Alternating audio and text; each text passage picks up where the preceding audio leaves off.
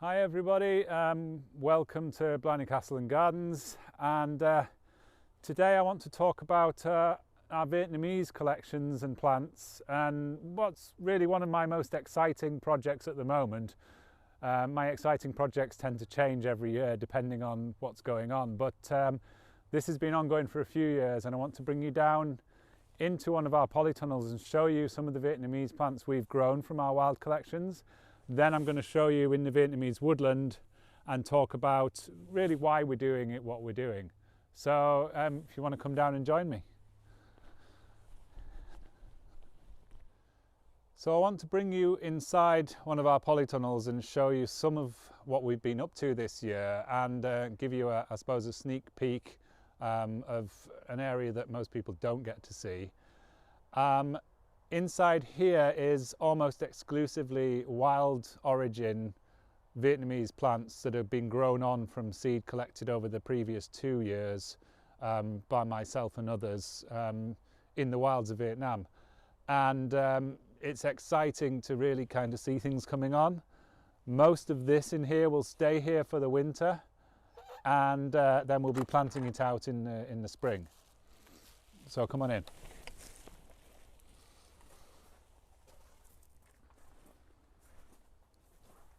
You can see there's a good bit of growth over this year. The things have really filled out, and I've had to space things out gradually. And we've a massive range of different species here, some of which we can't even identify as things stand, which is really exciting. But I want to show you a couple of things, and I'm going to bring you into our Vietnamese woodland garden after this and show you some of the things in situ as well and talk about why we're doing this. But first of all, I'll introduce you to some of the plants. So you'll recognise many of them are species that you'd be used to in our gardens already, because a lot of what we see as our regular garden plants actually come from China and Vietnam originally, and were collected maybe a century ago by these plant hunters of the time. So things like, Buddleia species. This is a particularly nice Vietnamese one. Down here is something you'll recognise as an elderberry, but this one's a Vietnamese elderberry and has yellow berries, which is, that little bit different. If we come across, as Paul's filming, I'll just walk around and we can pan out, but there's lots of different ginger species, there's other tree species down here. This is actually a variety of actinidia, which is a kiwi. So this one, instead of your normal, what we'd associate of the normal size kiwis, these are little miniature kiwis, and but perfectly edible and eaten by the locals there. This is a variety of rubus, so related to our blackberries, but much more textured leaf, and they're quite silvery underneath, so another beautiful plant. These are Scheffler. There's many different varieties growing through Vietnam. There's large leaf, these are wisteria plants again. These tend to be trailing through the jungle in huge tendrils with massive fruits on them. And often these things are growing in subtropical sort of environments, and we tend to collect as high in altitude as we can to ensure as much hardiness as possible. And it's always interesting to test them in their first kind of year outside and see how they respond. There's rose species. This is a rambling rose that I collected, which had particularly large, interesting flowers in it. So again, it's going to be a few years before it flowers, but exciting times. And this is one of our, I suppose, star plants, Aesculus wangii. It's a Vietnamese conker tree, and highly endangered in the wild and only known in 3 locations. There's probably about 30 to 40 adult trees left due to deforestation and intensive agriculture. And we've collected seeds from this for several years, and we've distributed them throughout gardens in Ireland and Europe as well. So it's part of our conservation initiative to introduce these species and spread them as much as possible to hopefully ensure their survival into the future. There's other things you'd recognise, like camellia species and things, and I suppose if I turn around and bring you in here, these varieties of maple, So Acer, this is like similar to what's called a sycamensi, but you see the lovely dark new leaf on it. Grass varieties, there's some huge grasses over there, miscanthus, bigger Scheffler, things are moving on here. So I mean, all of this started from seeds, and that's what I always find amazing, is that in 1 year you can go from nothing, literally this, to all this. And it's hugely satisfying to actually get these things going and then introduce them into the gardens and see how they do. In many instances, we don't know what their levels and limits are with regards to the cold and exposure, and so it's quite experimental, but that makes it very exciting as well. I suppose, look, I'll finish in here just on the pine species here. These were collected on a hill in a tea plantation, and we're still trying to identify it for sure, but we think it might be an introduced pine to Vietnam, not a native one, but still very pretty. So it's always interesting. So what I'm going to do now is bring you into the Vietnamese woodland and introduce you to a few of the plants in there and talk about a little bit more about like why we decided to do this particular project. So thanks.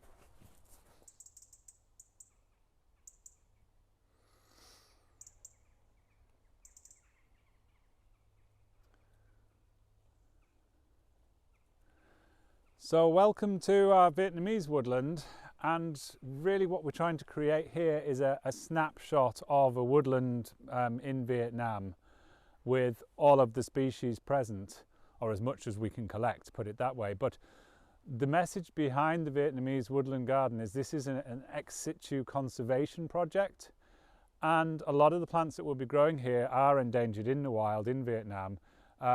Various reasons, but primarily due to habitat loss caused by development and also is cardamom farming.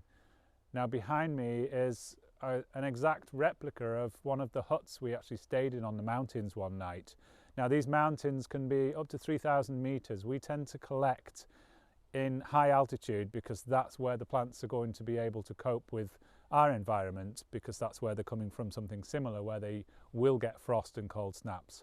But really from 1,800 meters up is ideal for us, but it's also ideal for cardamom farming.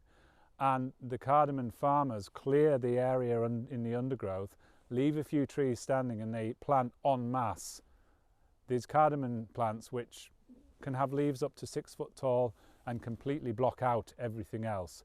And of course nothing's left to grow. So unfortunately it's a short-term gain for the farmers at the loss of the biodiversity in the region.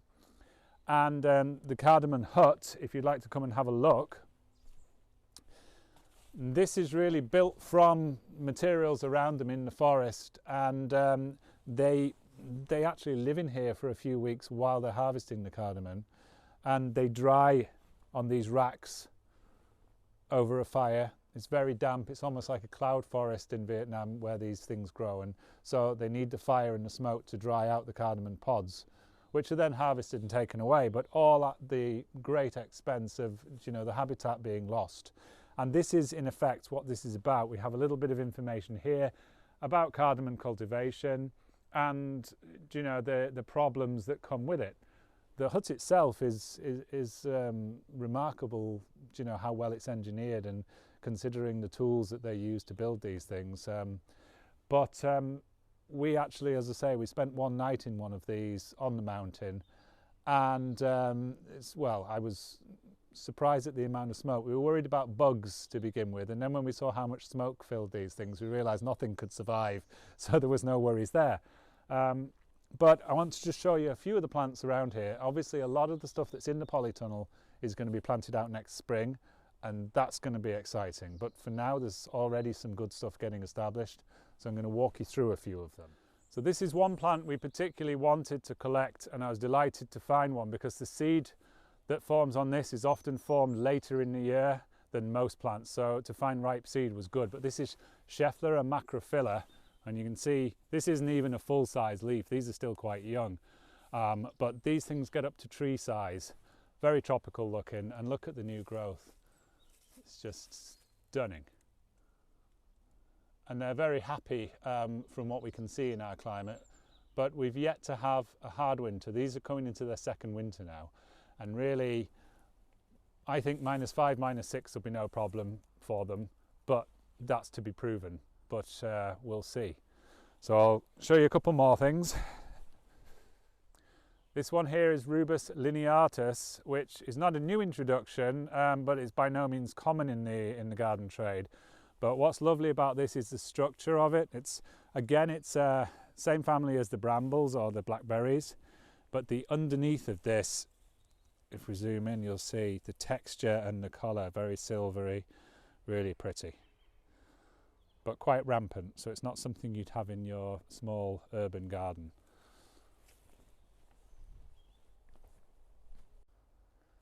This is a variety of Hypericum, which is another garden plant we're well used to, and again it's a Vietnamese form of it, and they're surprisingly large. Where we collected these on the mountains, I would say they were about half the size of the ones that are now growing in our woodland, and that's down to its locality.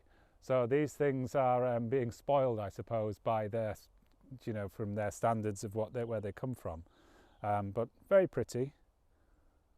And I'm going to finish the whistle-stop tour on one of my favourite plants because it's pretty, but it has a story as well. So this was called Eucadendron Whartonii, and it's now been changed because they realised that it's from a different family. It's Disanthus Whartonii, but it's a shame because our guide in Vietnam, who's called Uk, actually had this plant named after him when they discovered it first. And poor Uk's a little bit put out, I suppose, because unfortunately the name changed. But for the sake of this particular lecture, let's call it, I'm going to say this is Eucadendron Whartonii. That's for you, Uk. But very pretty, and it's the underside, the mottled purple when it catches the light when it's blowing in the wind. And this one's getting going quite nicely now, so we're very pleased with it. So thanks very much. That was literally a whistle-stop tour of the Vietnamese, and I hope it gave you an insight into what's going on here. So cheers.